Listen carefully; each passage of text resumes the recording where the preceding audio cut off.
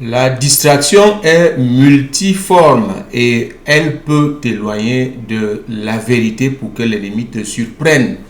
Eh bien, tu vas en savoir plus. Ne quitte pas cette vidéo et on se retrouve dans quelques secondes.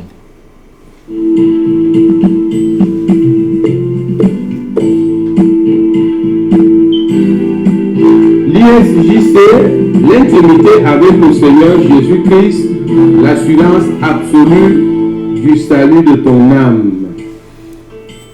Alléluia, bienvenue à l'ISJC International Ministry. Je suis très content de vous retrouver aujourd'hui pour continuer nos enseignements.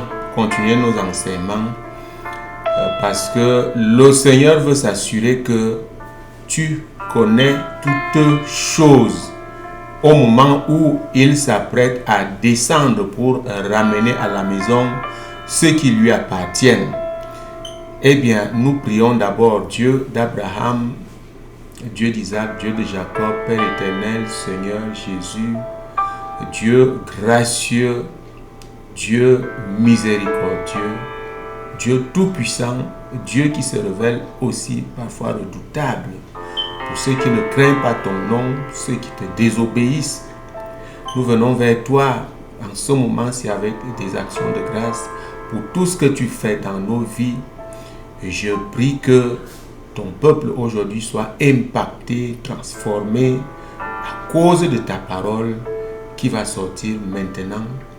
Saint-Esprit, enseigne ton peuple en amenant toute pensée captive à l'obéissance de la parole de Dieu. Je couvre cet endroit par le sang de Jésus-Christ. Et toi aussi qui me regardes depuis la maison, sois protégé, toi et toute ta famille, par ce sang. Au nom puissant de Jésus, nous avons prié. Amen. Alléluia, alléluia. Vous savez, la question qu'on pose, que le royaume des cieux pose toujours à ceux qui partent, c'est-à-dire quand tu pars, tu arrives là-bas, on regarde comment tu es, même ton état physique, ton état spirituel, ton cœur. On te pose la question, mais comment es-tu arrivé ici dans cet état? Et tu vas dire, mon pasteur ne m'a pas enseigné cela.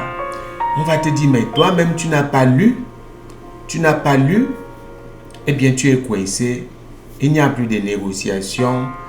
Et ceux qui sont chargés de te conduire dans ton éternité de feu, ils te conduisent mano militari. C'est fini. Eh bien, avant de continuer ce thème, abonne-toi n'est-ce pas, à notre chaîne YouTube. C'est très important, c'est bien pour toi de recevoir ces enseignements et de les partager pour sauver une âme quelque part, encourager une personne qui ne sait plus, n'est-ce pas, à qui se retourner. Ça existe à l'église, beaucoup de gens démissionnent. Vous comprenez, parce qu'un type d'enseignement manque. Les enseignements de la fin des temps, les enseignements qui t'apprêtent à rentrer en possession du royaume. Alléluia. Ne manque donc pas aussi de cliquer sur like. C'est très important. Est-ce que c'est de l'argent qu'on te demande là? Non. Et voici une de ces causes, n'est-ce pas? La distraction à l'église, c'est par exemple l'argent. C'est par exemple donc ce qu'on appelle le make-up, c'est-à-dire que tout le monde s'arrange à être très beau, mais c'est plutôt de la distraction et c'est de ça que nous allons parler encore aujourd'hui. La distraction à l'église, alléluia, la distraction à l'église. Dernièrement, nous avons lu dans 1 Corinthiens chapitre 7. Je reviens là-dessus pour être un peu plus clair en apportant d'autres écritures. Nous relisons dans le verset 34 de 1 Corinthiens chapitre 7. Il y a de même une différence entre la femme et la vierge. Celle qui n'est pas mariée s'inquiète des choses du Seigneur afin d'être sainte de corps et d'esprit. Et celle qui est mariée s'inquiète des choses du monde, des moyens de plaire à son mari. Eh bien, vraiment, si par hasard, c'est même par grâce, tu tombes sur cet enseignement et tu dis, mais qu'est-ce que cet homme raconte? Non, je suis le pasteur Charles Clément Mbida. Qu'est-ce que cet homme raconte? Mon pasteur ne m'a jamais dit ça. Eh bien, calme-toi, je vais te dire aujourd'hui que Dieu assigne les limites à chaque serviteur de Dieu, à chacun de ses serviteurs. Il n'a pas donné ça à ton pasteur. Profites-en pour sauver ton âme, pour préserver ton salut. Ne discute pas, va dans la parole de Dieu et puis tu vas voir toi-même. Ce qui est écrit là est écrit. Vous comprenez? Ce qui est écrit là est écrit, personne ne peut l'effacer. C'est là. Il faut que tu obéisses, tu t'y soumettes. Donc, Dieu n'a pas donné à ton leader de prêcher sur toutes choses. Il lui a peut-être donné, je ne sais pas, de prêcher sur la foi, et ainsi de suite. Il m'a donné à moi de prêcher sur la sanctification. Et en détail, écoutez très bien, en détail, nous avons nos mentors aussi, nos généraux de Dieu, ceux qui sont avant nous, ils parlent de ces choses, mais superficiellement. Voilà pourquoi donc l'Église est organisée, comme le royaume aussi est organisé. Ce que je te dis là, un grand prophète va te le dire, mais pas superficiellement, parce que Dieu a limité à son niveau. Il lui a donné autre chose où il donne des détails. Vous comprenez? Il donne aussi à d'autres où c'est leur domaine, mais en détail. L'IEJC t'explique en détail ce qu'on appelle la sanctification ou la sainteté. Donc, il faut seulement écouter et obéir. Eh bien, je vais être plus clair ici sur ce verset biblique. Des moyens de plaire à son mari. Voilà où la distraction arrive. Cette femme-là, cette jeune femme qui sert Dieu à l'église, mais qui se dote des moyens de plaire. Parce que, qu'est-ce que vous voulez? On peut être une enfant de Dieu, servant à l'église, à la chorale, mais on fornique, on a un copain, même dans cette même église. Alors il faut plaire à ce garçon parce qu'il y a plusieurs jeunes, d'autres filles, n'est-ce pas, qui sont aussi belles. C'est une course. Même cette femme, parfois même maman pasto, les jeunes filles ne la laissent pas tranquille avec son mari pasto. Alors, elle va multiplier les prouesses pour être toujours belle. Elle pense donc que c'est le make-up là. C'est les mèches qu'on pose sur la tête que Dieu a maudites. Je vous ai montré ça dans Ésaïe chapitre 3. Il faut aller relire là-bas. Ésaïe chapitre 3, du verset 16 au verset 24. Toute manipulation de cheveux renvoie au dragon rouge. Nous avons vu ça, n'est-ce pas, dans Apocalypse. Apocalypse, je vous ai montré la séduction. Satan a été projeté sur la terre. Lui qui séduit, le dragon rouge qui séduit toute la terre. Donc, quand tu fais le make-up, tu ajoutes ces choses, c'est de la séduction, c'est du domaine de Satan. Ça veut dire que tu poses le dragon rouge sur ta tête. Eh bien, voilà donc ces choses du monde que l'on utilise pour plaire, non pas à Dieu, parce qu'on est déjà marié, parce qu'on est déjà, on vit déjà dans la fornication aussi. Vous comprenez, l'ardeur de travailler pour Dieu diminue à partir du moment où une personne s'attache à une autre personne, on néglige un peu l'œuvre de Dieu et on fait du n'importe quoi. Voilà ce que la parole de Dieu te dit aujourd'hui. Ces choses du monde là, c'est de ça, c'est ça ici. C'est que tu achètes les mèches, tu poses sur ta tête les tissages et tout ce que vous savez, le maquillage et toutes ces choses là. Dieu a maudit tout ça. Et vous comprenez maintenant ce qui va se passer, que tout ce que tu fais, non seulement c'est assuré que si tu pars demain, tu pars en enfer. C'est assuré, hein. Rien de souillé ne peut entrer dans le royaume. Rien de souillé. Donc, mais entre-temps, tu vas remarquer que tout ce que tu fais, rien ne marche. rien ne marche et tu te poses la question, mais je sers Dieu, mais pourquoi rien ne marche? Eh bien, tu vas voir pourquoi rien ne marche. C'est parce que tu sers Dieu sous sa colère. Il n'est pas content de te voir tel que tu es. Allons lire dans Agé, le prophète Agé, le chapitre 2. Nous lisons très rapidement ceci. Si le chapitre 2, verset 12, si quelqu'un porte dans le pan de son vêtement de la chair consacrée et qu'il touche avec son vêtement du pain, des mets, du vin, de l'huile, un aliment quelconque, ces choses seront-elles sanctifiées? Les sacrificateurs répondirent non. Vous comprenez? Non. Le pain consacré ne peut pas sanctifier les aliments. Le verset 13, et Agé dit, si quelqu'un souillé par le contact d'un cadavre touche toutes ces choses, seront-elles souillées? Les sacrificateurs répondirent, elles seront souillées.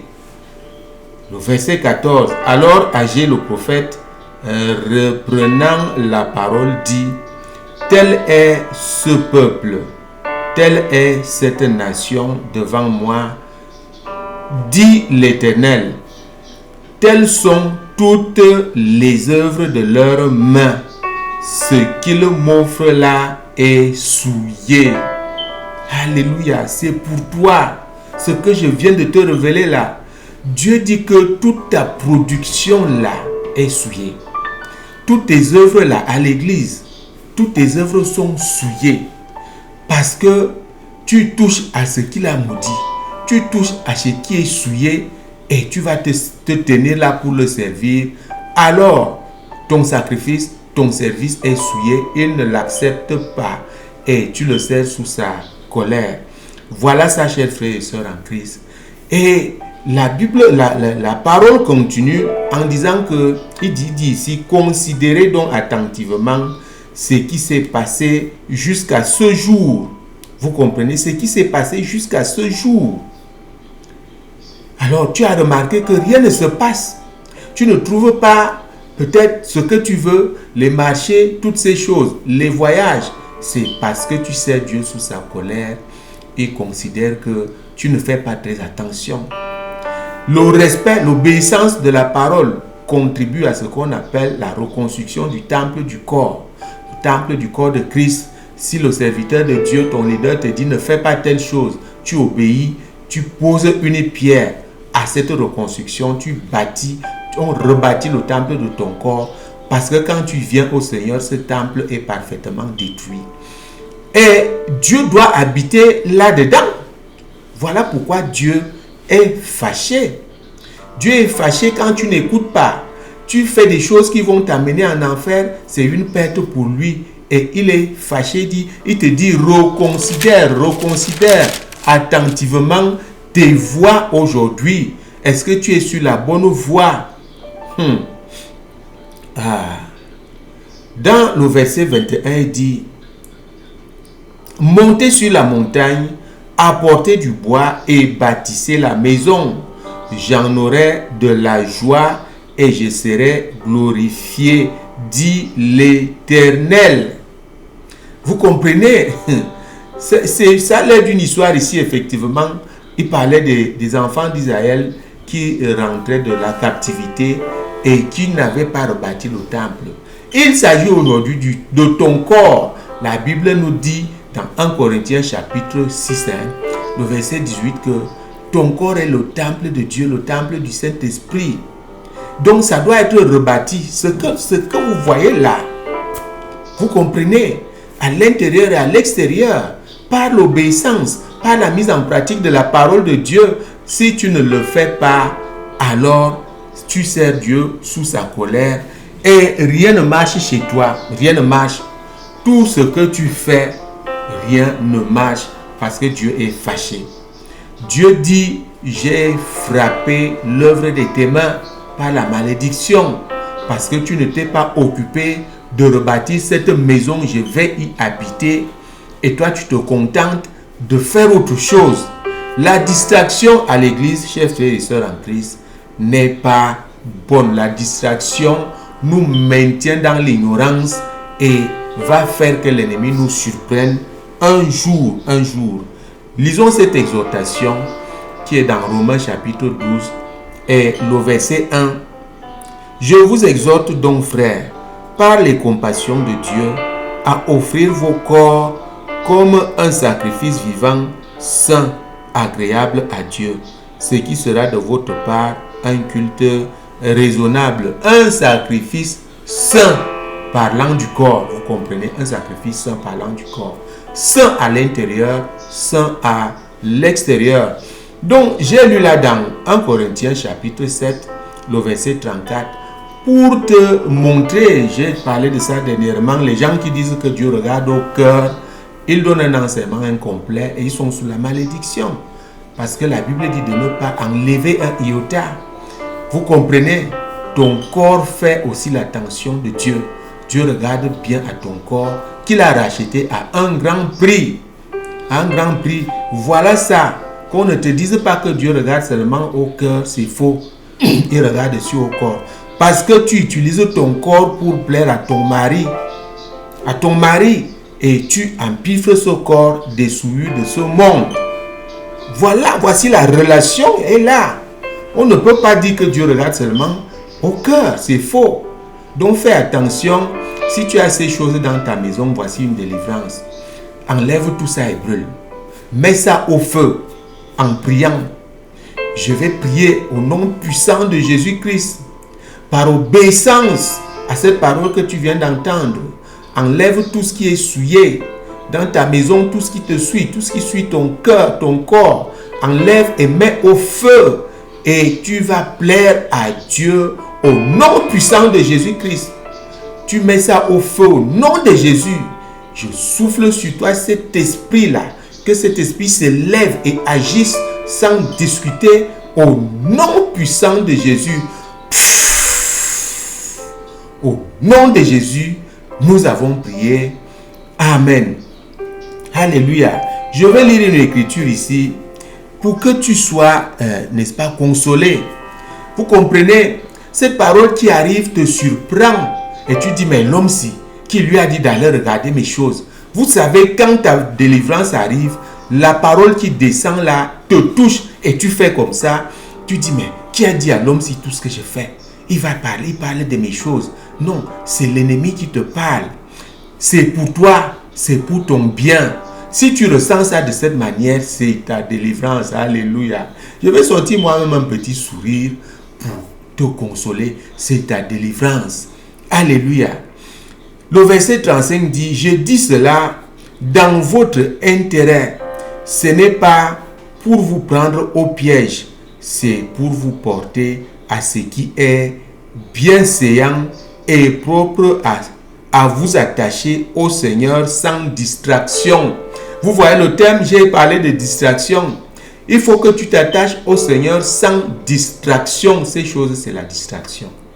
Donc, nous allons faire une étude approfondie sur Ésaïe chapitre 3, du verset 16 au verset 24. Il y a une liste de choses là. Tu vas bien comprendre ce que tu ne dois pas toucher. Tu ne dois rien toucher là-dedans. Ça va toujours te souiller. Eh bien, je vais vous laisser là, chers frères et sœurs en Christ. Et que le Seigneur vous bénisse. Ce jour, on se retrouve le week-end. Ne faites rien si l'Esprit ne vous commande pas. L'Esprit de Dieu. Et si votre cœur est lourd, ne faites pas, ne faites rien. Abstenez-vous au nom puissant de Jésus-Christ. Nous avons prié. Amen. Alléluia. Jésus-Christ est vivant, Dieu n'a pas de fin et le miracle continue.